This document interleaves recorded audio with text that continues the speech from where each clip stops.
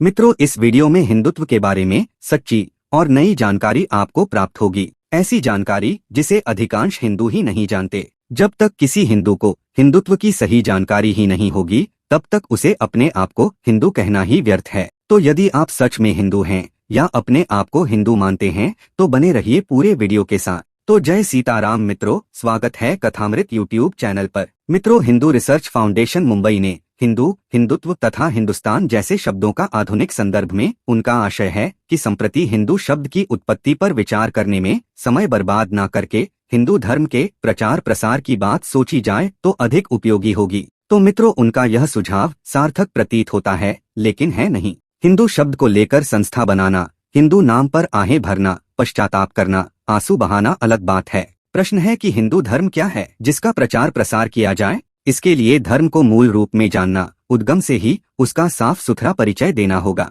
आश्चर्य होता है कि संस्था का नाम हिंदू रिसर्च फाउंडेशन होते हुए भी जब वे हिंदू शब्द की उत्पत्ति के विषय में सोच नहीं सकते, तो रिसर्च कौन सा करते हैं। मूल तथ्यों से पलायन करना कोई रिसर्च तो है नहीं। उन्होंने ध्यान दिलाया है कि भारत की 85% जनता हिंदू धर्म स्वीकार करती है। तो मित्रों, बेशक स्वीकार करती है, किंतु कब तक कर पाएगी। हाँ, यदि उसे अपना उद्भव और धर्म की व्याख्या मिल जाए तो अवश्य उस पर आरूढ़ रह सकेगी। द्वितीय बिंदु में उन्होंने आर्य धर्म पर अपना मत प्रस्तुत किया है, तो उनका यह निष्कर्ष भी भ्रमपूर्ण है। हम सबका आदि धर्म शास्त्र गीता ही है। मनुष्य बाद में जन्मा और गीता पहले प्रसारित हुई। भगवान श्री कृष्ण ने गीता में कहा कि हे अर्जुन, इस अविनाशी योग को कल्प के आदि में अर्थात सृष्टि के आरंभ में मैंने सूर्य से कहा था। सूर्य ने अपने पुत्र आदि मनु से कहा। मनु महाराज ने इस अविनाशी योग को अपनी स्मृति में धारण कर लिया और स्मृति की परंपरा दी। उन्होंने यही योग अपने पुत्र महाराज इक्ष्वाकु से कहा। इक्ष्वाकु से राजर्षियों ने जाना। इस महत्वपूर्ण काल से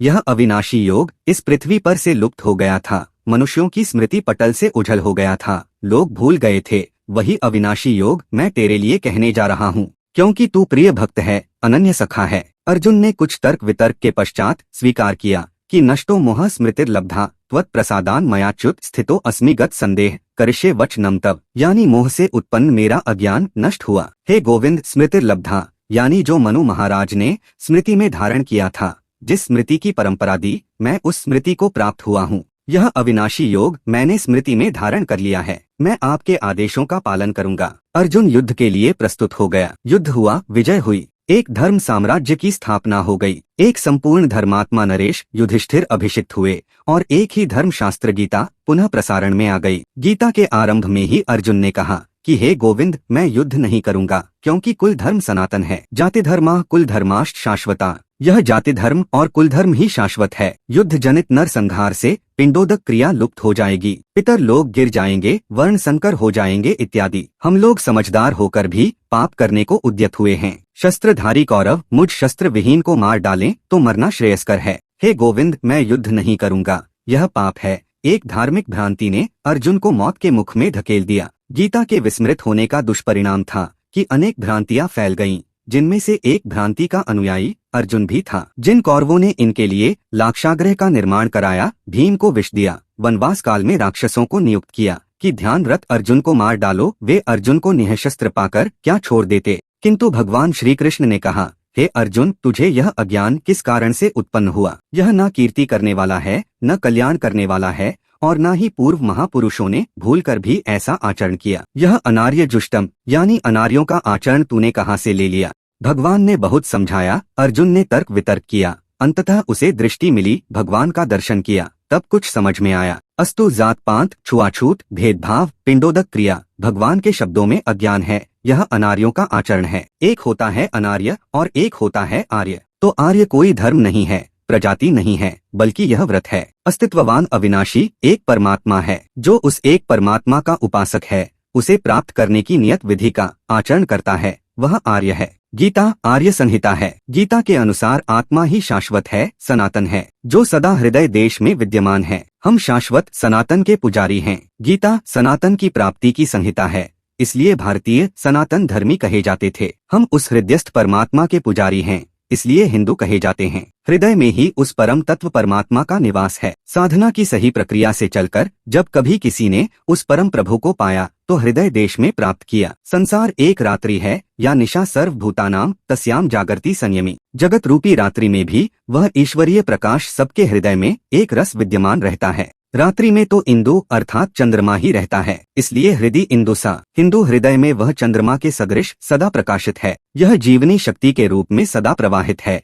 इसीलिए इसका एक नाम हिंदू भी है। जब परमात्मा विदित हो जाता है तब पूर्ण प्रकाश है, रात्रि समाप्त हो जाती है, ईश्वरीय आलोक छा जाता है, वहाँ न रात है न दिन। यह आर्यावर्त सनातनी हिंदू अर्थात हृदय स्थित परमात्मा के व्रती सबका एक ही आशय है। इन नामों का स्मरण करके हम कुछ बदल नहीं रहे हैं, कोई नया नामकरण करने नहीं जा रहे हैं, केवल यह बता रहे हैं कि कालक्रम से ये नाम हमारे ही हैं। हम मूल नाम दे रहे हैं, आपको इतिहास से जोड़ रहे हैं। कालक्रम से भाषाएं बदलती गईं, नाम बदलते गए, किंतु मूलतः हम वही हैं और हम सबका शास्त्र भी वही यानी गीता ही है। कुछ लोग कहेंगे कि 85% भारतीय अपने को हिंदू कहते हैं, संसार उन्हें हिंदू के रूप में मान्यता देता है। अरब निवासी इस देश को हिंदुस्तान कहते हैं और आप हिंदू शब्द की उत्पत्ति खोज रहे हैं। तो मित्रों, वस्तुतः यह कार्य तो शोध संस्थान का ही था कि अपने गौरवशाली अतीत का भी स्मरण करते। वे तो इतने में ही संतुष्ट हैं कि 85% भारतीय अपने को हिंदू कहते हैं। भले ही कहते हों, किंतु संतुष्ट कोई नहीं है। विगत 200-300 वर्षों में करोड़ों हिंदू सिख के रूप में अपनी अलग पहचान बनाने के लिए आंदोलन कर रहे हैं। 24 करोड़ हिंदू ईसाई हो गए, 30-32 करोड़ मुसलमान बन गए। अम्बेडकर ने कहा था कि मैं हिंदू जन्मा अवश्य हूँ, इसमें मेरा कोई वश नहीं था, किंतु मैं हिंदू रहकर मरूंगा नहीं। उत्तर प्रदेश और बिहार के हरिजन अपने को बौद्ध लिखने लगे हैं। नागपुर में अम्बेडकर जयंती पर 10 लाख लोग एकत्रित हुए थे बौद्धिस्ट बनने हेतु। यदि जात पात छुआछूत और जातीय विद्वेष का नाम ही हिंदू धर्म है तो कितने लोग हिंदू रह जाएंगे। बम्बई के समीप गोवा, असम, नागालैंड, अरुणाचल प्रदेश, केरल, कश्मीर इत्यादि राज्यों में हिंदुओं की संख्या में ह्रास स्वतंत्रता के पश्चात हुआ है। जब तक आप धर्म की परिभाषा नहीं देंगे, धर्मशास्त्र के रूप में गीता नहीं देंगे,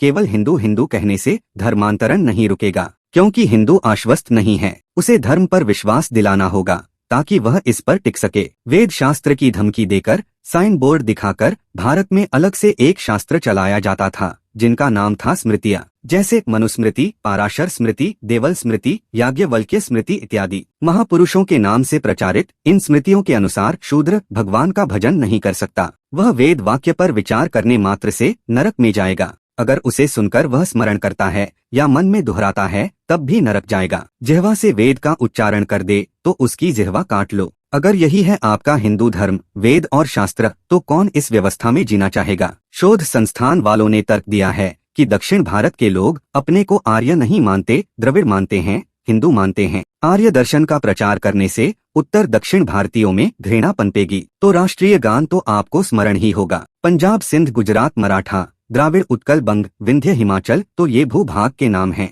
एक श्लोक निरंतर पढ़ने में आता है, जम्बू द्वीपे भरत खंडे आर्यावर्ते, यानी जम्बू एक द्वीप है जिसमें भारत एक खंड है, जिसमें आर्यव्रती लोग निवास करते हैं। आर्य एक व्रत है, किसी भूभाग का नाम नहीं है। भारत के प्रांतों के नाम हैं द्राविड़, गुजरात, मराठा आदि। आर्य कोई भूखंड नहीं है, वरन एक व्रत है, गुणवाचक है। आर्य कोई प्रजाति है, यह विश्वमन तो अंग्रेजों का कुप्रचार है। प्राचीन आर्ष ग्रंथों में आर्य शब्द की व्याख्या पर्याप्त है। भगवान वाल्मीकि, भगवान बुद्ध की वाणी में, भगवान महावीर और भगवान व्यास की वाणी में आर्य शब्द पर प्रचुर प्रकाश डाला गया है। इनमें से किसी का उदाहरण न देकर आर्यों के विषय में अंग्रेजों ने क्या कहा। मैक्समूलर ने मध्य एशिया, तो किसी ने काकेशस पर्वत को उनका मूल निवास बताया, क्योंकि वहाँ संस्कृत भाषा के 2-4 शब्द मिले हैं। तो क्या यह संभव है कि आर्य जब भारत आने लगे तो मूल निवास से सब कुछ अपने साथ बांध लाए और वहाँ संस्कृत के 2-4 शब्द ही छोड़ा, एक भी वेद उन पूर्वजों के गांव में नहीं छोड़ा। आर्य और अनार्यों में फूट डालकर राज्य करो, अंग्रेजों की दुर्भिसंधि थी,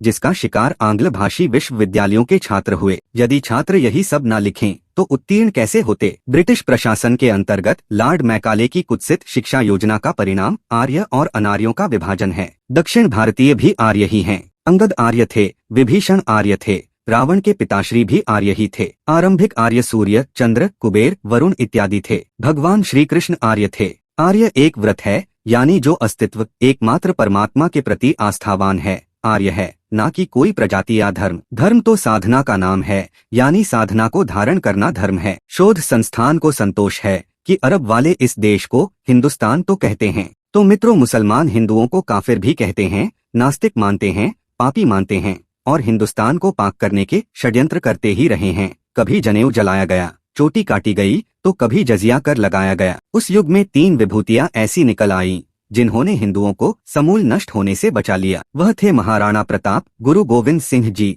और छत्रपति शिवाजी। इन तीनों ने ही हिंदुओं की दकियानूसी परंपरा का पालन नहीं किया। महाराणा प्रताप ने कोल भीलों को शस्त्र पकड़ा दिया, इन्हीं में रहे, साथ भोजन किया, उन्हें सम्मान दिया। महाराष्ट्र में जो जन्मा है वह मराठा है कहकर शिवाजी ने सबको शस्त्र पकड़ा दिया। गुरु गोविंद सिंह जी ने शिष्यों को शस्त्र धारण कराया, कहा सभी सिंह हैं। कर्मकांडी लोग पीछा करते ही रह गए, इन महापुरुषों ने उन्हें भगा दिया। सबके साथ खाना पीना रहना उनका हिंदू धर्म था। आर्य शब्द को विकृत करने के प्रयास हुए, इसीलिए लोगों में इस शब्द से भ्रांति है। दयानंद जी ने भी इसकी उत्पत्ति तथा प्राचीन ग्रंथों में इस शब्द की व्याख्या पर ध्यान नहीं दिया। जब उन्होंने वेद को शास्त्र कहा तो लोगों ने स्मृति को शास्त्र बताया। अब मूल स्मृति के रूप में गीता आ गई तो कहते हैं कि वेद शास्त्र है। दयानंद जी को मुसलमानों ने नष्ट नहीं किया, ईसाइयों ने नहीं किया, इन्हीं हिंदुओं ने किया। दयानंद जी वसुधैव कुटुंबकम का आदर्श ही दे रहे थे, किंतु विश्व में फूट डालने वालों ने ही उन्हें हर बार विष द्वारा मारने का प्रयास किया। अतः वेद धर्म है, शास्त्र धर्म है, एक ढाल मात्र है। इनका नाम लेने से लोगों की श्रद्धा झुक जाती है। जाल फेंककर चना दिखाकर बंदर पकड़ने जैसी गर्हित कला है। शोध संस्थान को गर्व है कि विदेशी लोग भारतीयों का हिंदू रूप में आदर करते हैं। तो मित्रों एक उदाहरण पर्याप्त होगा। नेताजी सुभाष चंद्र बोस हिटलर और मुसोलिनी से भारत की स्वतंत्रता के लिए सहयोग चाहते थे। हिटलर आदि का विचार था कि भारत कभी आजाद हो ही नहीं सकता। भारतीय अपना शासन स्वयं करने में सक्षम नहीं है। भारत जातियों में, उपजातियों में, विविध धर्मों और भाषाओं में भाई भतीजावाद, पक्षपात, जातीय विद्वेष में इतना उलझा हुआ है कि आगामी 200 वर्षों में भी अपना शासन स्वयं चलाने योग्य नहीं हो सकता। सर्पों को बीन बजाकर या बंदर को डुगडुगी बजाकर नचाने के अतिरिक्त भारतीय कर ही क्या सकते हैं। छुआछूत या भेदभाव के कारण भारतीयों को विदेशों में जाहिल या मूर्ख समाज समझा जाता है। कुछ महोदयों का मानना है कि हिंदू शब्द पूर्व, पश्चिम, उत्तर और दक्षिण भारतीयों को एकता के सूत्र में बांधे हुए है। विचार करें कि केरल में कितने हिंदू शेष हैं। वहाँ के तो 85% हिंदू ईसाई हो गए। कहीं कोई पंडित चंदन लगाकर निकलता है तो बच्चे ताली बजाने लगते हैं। कौन कहता है इस शब्द से सभी खुश हैं? यदि खुश ही थे तो ईसाई क्यों बन गए, क्यों बनते जा रहे हैं? जब तक धर्म की सही परिभाषा ना दी जाए, बिना परिचय के कोई गर्व कैसे करेगा? मित्रों एक बिंदु और भी विचारणीय है कि पूर्वज अपने को हिंदू कहते थे, तो मित्रों भाषा, इतिहास और गीता पर प्रतिबंध लग जाने से यह हिंदू नामकरण विस्मृत हो चला था। हिंदू शब्द 10-1100 वर्षों से ही पुनः प्रचलन में है। अभी पुष्यमित्र शुंग के समय में विभिन्न स्मृतियां लिखी गईं, उनमें भी हिंदू शब्द का प्रयोग नहीं है। शुंग काल में वर्णित संस्कृत वर्णमाला शब्दकोश इस शब्द से अनभिज्ञ है। गीता इस शब्द को अवश्य समर्थन देती है कि ईश्वर हृदय देश में निवास करता है, सहज प्रकाश छोड़ता ही रहता है। गीता वेद शास्त्रों का भी मूल है, वसुधैव कुटुंबकम की भावना से ओतप्रोत है। संपूर्ण विश्व का यह आदि धर्म शास्त्र है। मित्रों भारत को विश्वगुरु होने का गौरव प्राप्त था, किंतु मध्यकाल में विश्व से आगंतुक शिष्यों ने कुएं में रोटी का टुकड़ा डाल दिया तो गांव का गांव मुसलमान हो गया। इस विकृति को जीवित रखने के लिए करोड़ों आचार्य लगे हैं, जिन्हें पुरोहित कहते हैं, जो घर घर जाकर जन्म, मृत्यु या विवाह के अवसर पर विकृतियों को ही संरक्षण दे रहे हैं। नमो ब्राह्मण्य देवाय गो ब्राह्मण हिताय च। तो उनके शिकंजे से आप कैसे बचेंगे? अतः धर्म को जानने के लिए, वसुधैव कुटुंबकम के आदर्श के लिए आप सभी गीता जरूर लें। प्रचार प्रसार का अन्य कोई वैज्ञानिक उपाय नहीं है। भगवान ने स्वयं कहा कि हे अर्जुन, अन्य विधियों से जो भजते हैं उनके जीवन में ना सुख है, ना समृद्धि है और ना परम सिद्धि ही है। तुम्हारे कर्तव्य अकर्तव्य की व्यवस्था में यह गीता शास्त्र ही प्रमाण है, क्योंकि जिन प्रभु को धारण करना धर्म है उन्हीं का संदेश गीता है। शोध संस्थान को दुख है कि आज कोई वसुधैव कुटुंबकम की बात नहीं करता। तो मित्रों यही मान लेते तो विश्वगुरु भारत संसार का हर मानव शिष्य होता, तो शिष्यों के छूने खाने से गुरु जी रसातल में क्यों चले जाते? आधा अरब भारत ही था। अल्ताई पहाड़, हिंदू कुश, मलाया, जावा, सुमात्रा, सिन्हल, चीन, जापान और मिस्र तक भारत ही तो था। आज कैलाश मानसरोवर के लिए भी वीजा पासपोर्ट लेना पड़ता है। तो यह सिमट क्यों गया? इसकी जड़ में धार्मिक भ्रांति है जो करोड़ों में फैली है। आप एक स्थल से शिक्षा देकर इनका दुष्प्रभाव कैसे कुंठित कर सकेंगे? आवश्यकता है इन धर्माचार्यों को सही दिशा देने की, उन्हें सत्य प्रसारण की विधि प्रदान करें। उपनिषदों और वेदों का मूल गीता ही है, सृष्टि का आदि शास्त्र गीता है। लेकिन शोध संस्थान की दृष्टि क्यों नहीं पड़ी? शोध संस्थान ने अंत में सुझाव दिया है कि धार्मिक उद्देश्य से गठित संगठनों को राजनीति से पूर्ण विरत रहना चाहिए। धर्म का शुद्ध स्वरूप जिन्हें उपलब्ध है,